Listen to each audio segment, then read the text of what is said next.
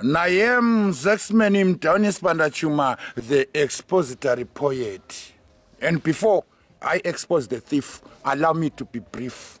No one owns a country, everyone merely lives in it. For if you truly owned it, you would occupy any property, you would farm anywhere, anyhow, and mine in mines that ain't yours without paying a dime, without paying a cent. Now, how can you say South Africa is your country? How can you say Zimbabwe is your country? How can you say Ethiopia is your country? Yet you purchase land and mines to obtain title deeds because they aren't yours indeed. Mind your march and your marching deeds. You guys marched, you still march and march, even on the 30th of the 6th, forgetting finger 6th. Oh, what a filth, what a filth. You marched, you still march, and the aftermath, there is no silence, only fury, the foreigners to bury. Because you pointed across borders as though truth was simple, as though hunger had a passport, as though unemployment had a nationality that stole your jobs. But who stole your jobs? The foreigners stole our jobs. What an irony. For how can one own a job that he never created?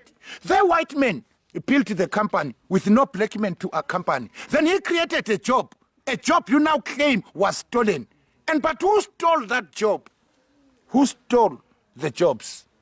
I am Zexmenim Downis Bandachuma, the expository poet. Shall we now expose the thief?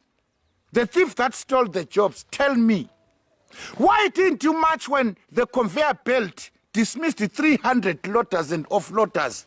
Why didn't you march and march? Why didn't you march when the computer retired 100 clerks with a touch of a key? Who stole the jobs?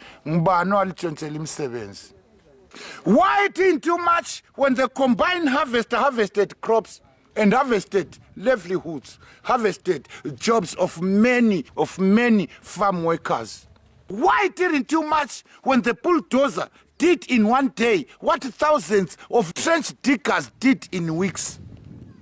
Why didn't you march when machines started lifting more than men could lift? Why didn't you march?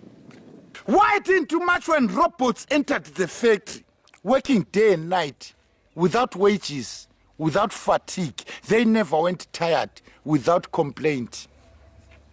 Why didn't you march and march? Why didn't you march when artificial intelligence, AI, knocked on the office door? The chief executive may not need a heartbeat. The lecturer may not need a lecture hall. The teacher may become software, tutor applications.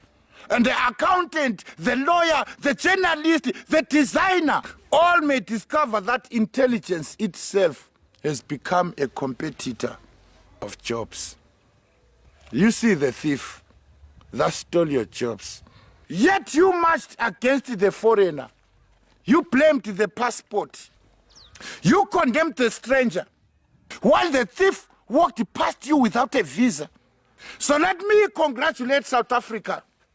Congratulations, SA, arguably the most technologically advanced society on the African continent, where industry became extraordinary, while too many remained ordinary. Ladies and gentlemen, that is the thief who stole your jobs, not because progress is evil, but because progress waits for no one.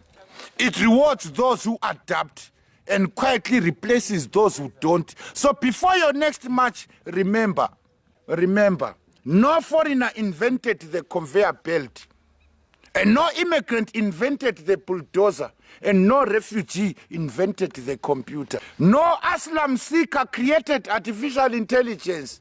Yet these have displaced more jobs than any passport ever could. Now, tell me, who stole the jobs?